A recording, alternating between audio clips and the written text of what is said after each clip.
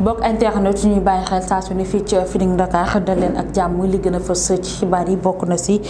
kii di Mouhamadou Mouhamed Ndiaye daal dina àddu ci terme bu bees bi nga xamante ni daal dinañ koy xewal muy arrêt de faire genre moom nag daal dina ci yëkkati ay kaddu dinañ wax tamit ci Aïda Samb nag daal dina ñëwaat ci li nga xamante ni moom moo di séjour am boobu mu defoon ca États-Unis ak bale bi nga xamante ni nii doon nañ ko fa gis moom moo géet doon battre di wax rek ni ko bale leen Aïda Samb nag daal dina yëkkati ay kàddu foofu ca DTV ca émission bi di guddi gi dinañ wax tamit ci ki nga xamante ni moom moo di Bijou Ndiaye moom Bijou Ndiaye nag ci lu ñeel xale bi nga xamante ni nii daal dina ñàkk bakkanam ci boobule crèche bu nekkee ci Sacré-Cœur 3 moom nag daal dina ci àddu ba xolam fees mu daal di tur ay rongañ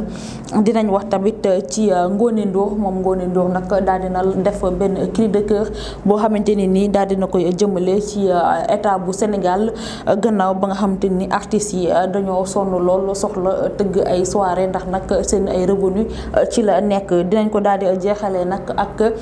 animatrice bu télévision Futurs Médias bi di Mati Dieng nag nekk ca États-Unis New York moom nag daal dina accoucher doom bu góor mbokk internet yi li moo gën a fës ci xibaar yi ñu ñëw ak yéen nag ci yaatal gi.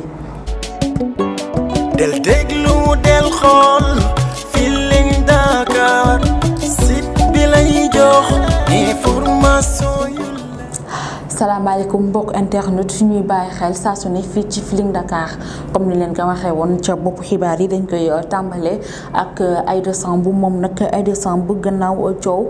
li nga xamante ni daal di woon am foofu ca États-Unis gannaaw ba leen moo ngeet invité woon moom nag Aïda Samb ba ko waa DTV invité nag daal dina ñëwaat ci coow loolee ak li nga xamante ni moom moo di wàllum bale beeg yooyu waaye moom Aïda Samb daal dina xamle rek ni que moom dafa nekk koo xamante ni ab wéykat la doomu gawlo la ba tax na sax moom woy fu nga ko fekkee rek bu waree woy dafay daal di woy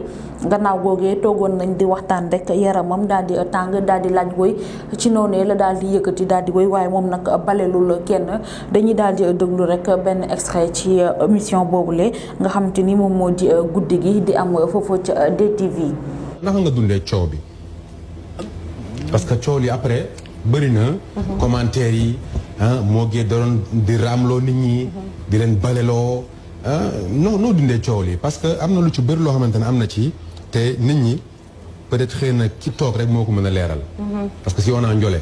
dinañ ko laaj si on a Viviane aussi dinañ ko laaj Tange aussi bi mu fi ñëw aussi laaj nañ ko yow aussi doo ngeen teew ñuy nataal comme ni ko laf di waxee bon moo géej dañ ma soxla Prince Art lañ jaar ok Ibou la waxal ñu d'accord ci prix ma dem liggéey moom yóbbu woon leneen yóbbu ma woon ma dem ma def sama liggéey comme ni ma waree ma pare ñu fay ma sama cachet à part loolu ma pare ñu fay ma sama cachet à part loolu man Samba Jabare mooy sama maam te dafa def ci dëkk bi loo xamante ne nii kenn mësul teg ci deram bi lu ñaaw dama di gawlo nag dama di doomu gawlo fu ma fa way fekk rek damaa war a fay damaa war a def der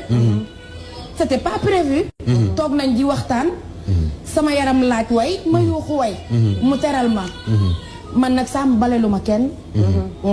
damaa bëgg que ça soit très clair. mais ko ci balewul de coow li wuñ bëri gisuma ko ñeneen ñi nag balelu ma kenn parce que man nag Samba Jabare sama maam dama am dafa am yu may bañ am na yoo xamante ne nii te wallaahi barki Serigne Touba mi ma yaakaar bu doon ay milliards du ma sëgg di ko for daf ko de moom bu ñu ko for woon jox ma sama loxo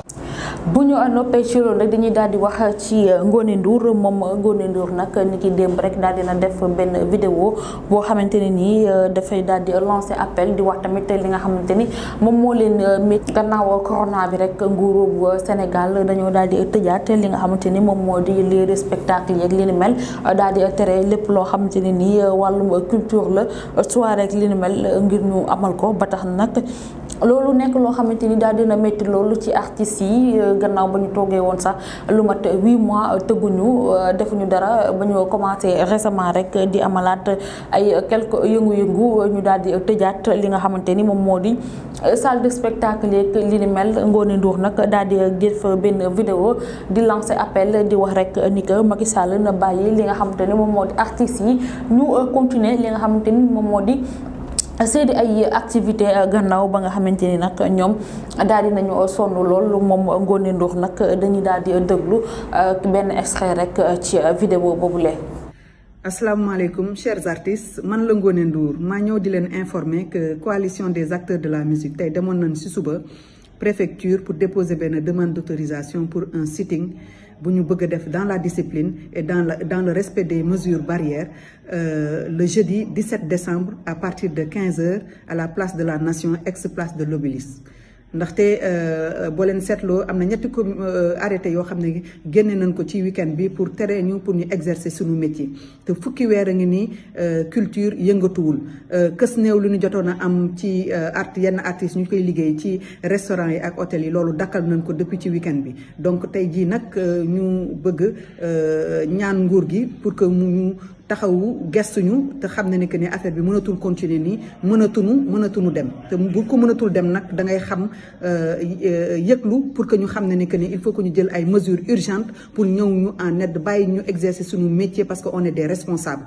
Aujourd'hui maa ngi demander à ce que toute la communauté artistique bu yaa xam bépp discipline boo mën a nekk rek nga ñëw mobiliser ñëw place de l'Obélisque le jeudi 17 décembre jeudi bii nii 17 décembre à partir de 15h pour taxawu ñaxtu li pour que au moins des solutions soient trouvées le plus rapidement possible balaa ñu noo suul te ñuy dund.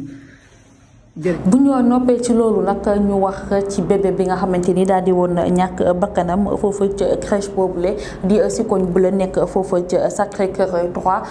ba tax na nag ki nga xamante ni moom moo di Bijou Ngoné moom ci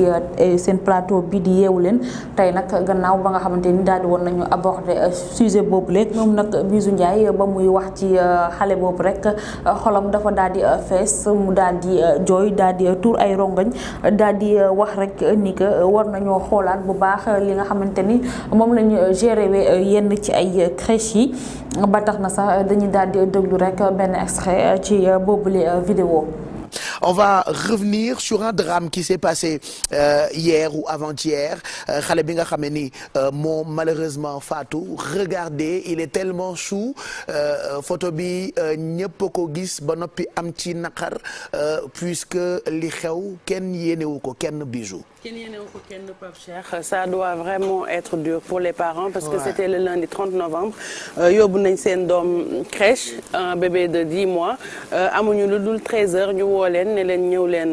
ci SAMU bi ñu ñëwee ñu annoncé leen seen décès bébé c'est horrible ñaanaluñ ko benn parent jéemuñu ko sax imaginer et ils sont dans l'incompréhension totale parce que ñoom comprendre ñu lan moo dal seen doom ba mu war a décédé ndax ñi ngi wax ci seen témoignage papaay xale bi tudd Magor Dia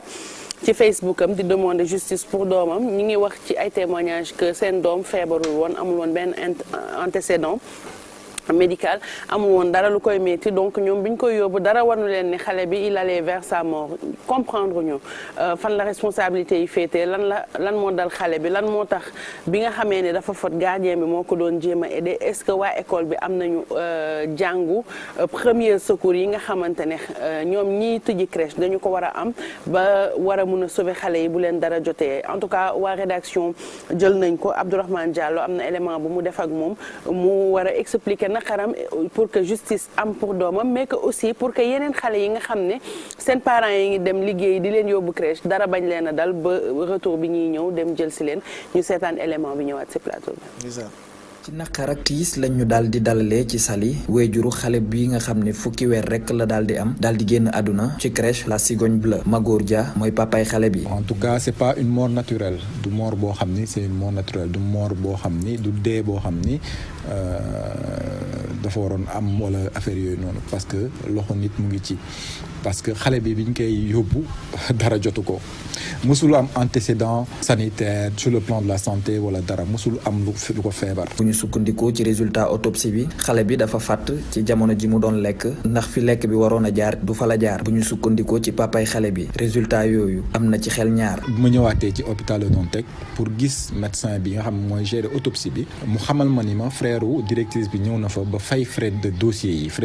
yi nga xam ni man maa ko waroon fay parce que dama ne ko woon le lendemain dinaa ñëw fay frais de dossier donc ñëw nañu fa fay nañu frais de dossier médecin bi aussi nee na ma jox na ko benn papier boo xam ni xaw ma lu benn papier bi lu ci nekk donc pour mu dem photocopier affaire yooyu noonu vraiment benn flou bu fa am côté ci diggante boobu. fi mu ne nii nag ci justice rek la daal di yaakaar ngir mbir mi leer. enquête bi mu ngi en cours je fais confiance à la police sénégalaise ils font le travail mais dama am ay questions yu may poser pourquoi la police n'est pas allée foofu xool dans quelles conditions la xale yi nekkee ak dans quelles conditions la xale bi deewee. waajuru xale bii nga xam ni fukki weer rek la am daal di gaañu ci crèche La Cigogne ñuy xamle ni laataa xale boobu ñu koy rawale hôpital ci la daal di ñàkk bakkanam. Et pourtant le 20 septembre daaw 20 septembre 2019 defoon nañ ci alerte ba illustré naka bu xale fotee nan nga ko war a dimbalee ba mu mën cee mucc mais c'est dommage. xam nga Pape Cheikh bakkan dafa fort ay doomu jaamul nga dajale ci ñu bëri di leen garder waruloo tëb am sa xaalis am sa emplacement ne je vais ouvrir benn crèche pour garder ay xale peut-être mën nga bëgg xale amuuru xale am na ñu ko am mais doyul pour tijji crèche pour mun a garder ay xale il y a des formations à faire accident domestique ñun sax dañ koy am suñu kër yi donc même ñun yaay yi ak papa yi war nañu am formation pour xool naka la ñu mën a def geste yi avant sapeur pompier di ñëw à plus forte raison yow ngay dajale xale yu bëri ci benn endroit pour di leen surveiller déjà xale boo koy surveiller sa bët warul jóge ci moom donc ko war a xool H24 même si c'est parfois on dit que c'est abusé bàyyil yàlla dina leen sàmm mais xale xamul dara day for dugal ci gémmiñam day jël lu mu warul lekk ko day dugal loxoom si courant day xool lu tàkk mu laal ko donc déjà surveillance bi H24 la war a nekk bu nekkee da nga ubbi crèche avant loolu il y a une formation à faire ça doit être obligatoire avant ñuy joxe autorisation pour tijji crèche yi il faut que ñu xam ne ñii xam nañu geste de premier secours yi nan lañ ko defee xale bi bu fotee nan laa koy dimbalee xale bi bu lakkee nan laa koy dimbalee bu amee plaie nu may def bu dee dafa def crise d'asthme nan laay def yooyu yëpp ñii tijji crèche yi war nañu ko xam ba nga xamante ne lu xew tamit ndogalu yàlla am na mais dina fekk yow nga xam li nga war a def li nga war a def ba nga xamante ne fii nga yem ñu xam ne que tu as fait ton devoir mais quand par exemple tu confies ton enfant à quelqu'un nga dem liggéey ak xel bu dal ñu war a ne la xale bi décédé na xamuloo ci yenn condition la xamuloo lan moo xew xamuloo dara ça te permet même pas de faire ton deuil en fait tu peux même pas aller de l'avant en tant que parent donc il faudrait que stop mais même loolu Bijou man fi ma lay bon le temps que nga reprendra mais du bu ñu yem sax ci crèche yi ba ci les nounous parce que tout le monde n'importe qui ne peut pas être une nounou tey par exemple Bijou mënul génn bàyyi ay doomam ak nunoom alors que nounou boobu noonu par exemple jàngul loolu parce que y a personne que jëkkër ji dem na liggéey yow yaay bi dem nga liggéey donc nounou nga jël nounou boobu noonu sax kële xëj na fa sori mais nounou une nounou du ñëpp ko war a ñëpp ko war a nekk da nga war a am formation boo xamante ne tey booy garder xale ci biir sa kër sax war nga xam mën a bu dara xale bi amee dara lu ko dal nga war a mën a jël yow si yenn matuwaay yoo xamante ne tey dina la permettre nga mën a sauver xale bi dans les conditions yu en fait dans les plus brefs délais parce que xale moom la ñuy wax dafa sensible donc koo koy jox aussi na am benn minimum de formation que ça soit nounou bi nga xamante ne moom ngay jël sa kër di ko bàyyi sa doom kooku veille ci à ce que moom loolu ndax ki dal li dal lee mën na dal ay nounou te et je sais que ne peut-être kii moo feeñ le mais peut-être qu'il y a eu des nounous yoo xamante ne xawma mais c'est juste une supposition que peut-être que loolu dal na leen xamuñu nu ñuy def par exemple donc ouais donc c'est il faut généraliser foog ñu pousse ko faut aller plus loin xale bi lay fowal xale bi daanu peut-être teelu ko waxee wala dafa ragal wax que doom bi daanu na ba xale bi dafa mujjee décédé tu vois genre tout le temps on essaie de parler gis naa xale boo xamante ne nounou bi dafa summi loxo bi kenn xamul ne xale bi loxoom dafa simmeeku donc muy jooy di jooy pendant deux jours donc il a fallu que benn mère comme dafa am expérience bi mu ñëwee ci kër gi di seet si couple bi ils étaient jeunes mu xool xale bi quoi mu leen mais kii yéen dafa feebar am na lu ko dal ñu ne ko non kii dara dalu ko xam naa est-ce que du dentition yax yi mu leen kii du yax yi alors bi mu ci fobee xale bi rek mu gis épaule bi fii nii am benn hématome quoi. xale kenn du supposé ak moom. voilà mu xamante ni kii am na lu ko kii. te ñun fii la bu tàmm est-ce que du yax yi. surtout yax yi. il y a tellement une prolifération de crèches, de trucs et je pense il faut un contrôle strict parce que xale c'est délicat en fait xale c'est délicat li ko mën a dal dafa bëri même suñu kër yi da ngay surveiller yow yaay ji sax da ngay surveiller mais parfois il y a des choses qui arrivent yoo xamante ne si en quelques secondes la egg muy accident domestique donc à plus forte raison imaginez vous avez beaucoup d'enfants beaucoup plus que si kër yi xale yi fay nekk donc il faut un contrôle strict de la part des autorités avant kenn di ubbi crèche ndax doomu nit yi du ñu ay fowukaay ba ku mu neex ñëw tijji sa benn crèche parce que tu as l'argent parce que tu as l'amour des enfants c'est vrai mun na am mais il faut une formation ça doit être obligatoire avant nit yi di tijji ay crèche parce que tamit dara bu amee dañ lay toog ne la que ndogalu yàlla la c'est vrai ndogalu yàlla am na mais il y a des mesures yoo xam ne soo ko jëlee peut-être que xale bi mun na dund mun nga ko sauver donc je demande à autorités yi nga xamante ne ñoom ñoo ko war a gérer kuy tijjeeti crèche qui s'assure qu'il y ait une bonne formation qu'il y ait un contrôle ba nit yi bu ñu demee liggéey dénkaane seen doom yi ñu mun ko def ak xel bu daal bu ñuy ñëw récupérer seen doom voilà exactement c'est que ça va au-delà de ça c'est que on ne cesse d'alerter et on ne cesse de faire ce qu'on peut c'est que ça va au-delà de ça moi j'ai une tante boo xamante ne benn bëtu doomam bi dafa yàqu lan moo ko yàq parce que dafa jur doom bi ci koñ bi y a ce qu'on appelle les bàjjanu gox moom ak a nettali mu jël xale bi yóbbu ko femme bi jaawale kii ba microcope baak la mu waroon def ca bët ba benn bët bi c'est que on est dans un pays où c'est ce que j'ai l'habitude de dire xam nga il y a tellement de laxisme on est spécial dans tout te loo gis ci àdduna formation la du crèche yi kese du crèche yi kese il faut bien ça va au-delà on peut pas se dire nous te yow amoo formation yow ni nga bëggee ñu téye sa doom il faut c'est une formation avec des brevets qu'il faut avoir joue le jeu de la communication avec les parents parce que yenn saa ci leneen lu ñuy wax moom moo di moo yi nga xamante ni daal dinañ koy xawal léegi muy arrêt de faire genre boo xamante ni nag moom Pawlish Mbaye moom moo ko daal di génnee mu nekk nag terme yoo xamante ni nit ñi xawal nañ ko lool 1 2 3 soo waxee rek ñun la arrêt de faire genre ñu koy gis fu nekk ci réseaux sociaux yeeg fu nekk loo wax rek ñun la arrêt de faire genre mu nekk loo xamante ni nag Mamadou Mouhamed Ndiaye daal dina ciy àddu seen émission xalaas bi moom daal dina xamle rek ni que moom comme que Pawlish wax na ni moom waxi daf lay wax lu tax ñun nit ñi ñuy jël waxi daf yooyu di ko toppandoo ak di ko wax ba pare waxu nit ñi nekk fi ñu nekk di déglu koo xamante ni moom dafa daal di jàppee boppam dof ñu déglu kàddu yi nga xamante ni Mamadou Mouhamed Ndiaye daal dina koy yëkkati. keroog dama dégg benn baat ñuy wax arrête de faire genre ma koy dégg di ko dégg man leen waaw. li loolu li fu mu jógee. lu xew lu bees la de. ñu ne ma Pawlish moo ko xewal. ma ne jamono tukki na Pawlish nee na man waxi dof laay wax. ñun nit ñi ñu ba waxi nit ñi toppi waxi dof yi moo la xamal ne jamono jëm wëlbati ko. mais yaa ngi yàq tamit phrase bi de. arrête de faire genre walla fin bi walla. walla. lii loolu. mais mooy loolu. mais moom nee na man waxi dof laay wax. waaw mais yow. walla mooy ay nit lañ ba fa waxi nit yi topp ko moom ci waxi dof yi. mooy comme lii rek nit ñee ngi sànni nit ñi di jëf-jëfi xaj yi. buñ fa jógee dañuy daal di wax ci Sankara Mbaye nekk foofu ci États-Unis moom nag ci ab interview daal dina àddu ci li nga xamante ni moom moo di lu ñeel Assane Diouf nga xamante ni jamono ji ba tey mu ngi ca prison ba moom nag Sankara Mbaye daal dina xam ne rek ni que Assane Diouf c'est un frère et que nit ku baax la nekk na koo xamante ni amul benn problème certes mu ngi doon def ay vidéo yoo xamante ni doon na ci saaga yooyu ñoom sax daanoon nañ ko wax ni que ngir mu arrêté saaga yi moom nag Sankara Mbaye daal dina xam ne rek ni que situation bi nga xamante ni moom Assane Diouf mu ngi koy dund dara teguwu ci ba tax na daal dina joxoñ baaraamu tuuma